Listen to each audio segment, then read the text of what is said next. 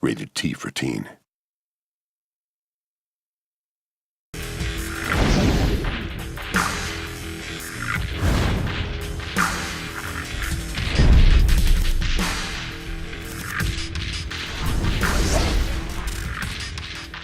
Blacklight, the world takes place in a fictional city called Balak.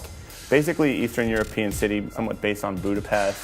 What we really wanted to do was have a historical backdrop to the world where there's a lot of old architecture and a lot of history. And then you sort of like overlay on top of this mass advertising, this mass technology, this mass disrespect for the past on some level. And it's kind of depressing, but it's kind of cool at the same time.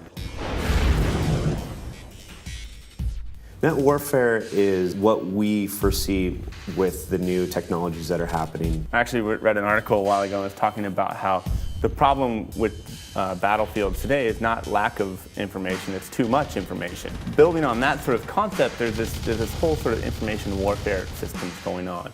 And that's kind of what the net war is. It's the existence of technology that takes advantage of all this information on the battlefield to further augment the soldier's ability to effectively take out his enemy.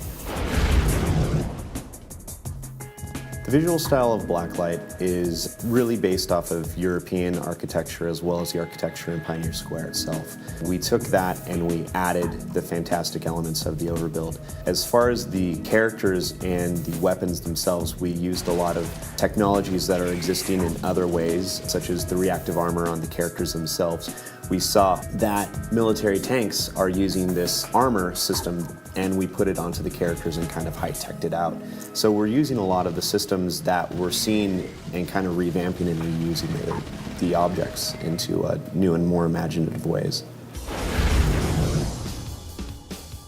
You know, when we first started looking into this game, we went out and basically looked for cool environments. You know, like one of the first things we looked at were like canals. Thinking in Eastern Europe, either drained or there's low-lying water, and how would that impact into like level routes and things along those lines. And we definitely worked from a perspective of gameplay first.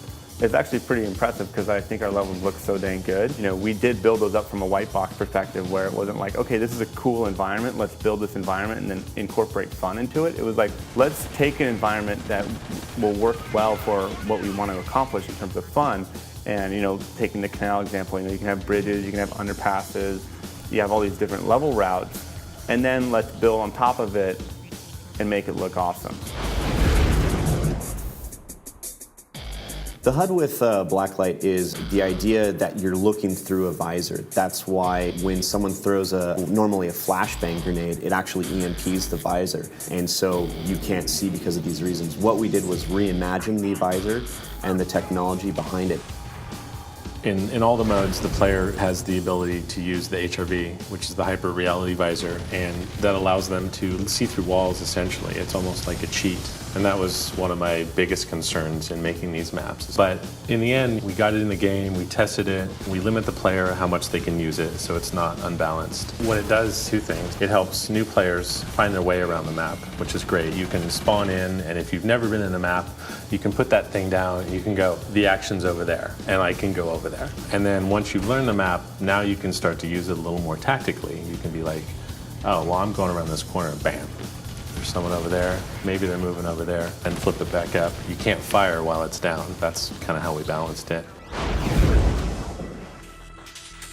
What separates Blacklight from other shooters is I believe the gameplay itself is different. The HRV in particular, everyone has complete awareness of what's going on in the world, even if they are not around it. The weapon customization itself, allowing players to tune their weapons almost to a new level and makes them change their gameplay as well as the fact that the game's a DLC exclusive game.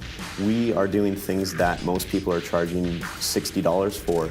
But we are really believing in DLC and decided to do it as a DLC game. The future of warfare is just around the corner.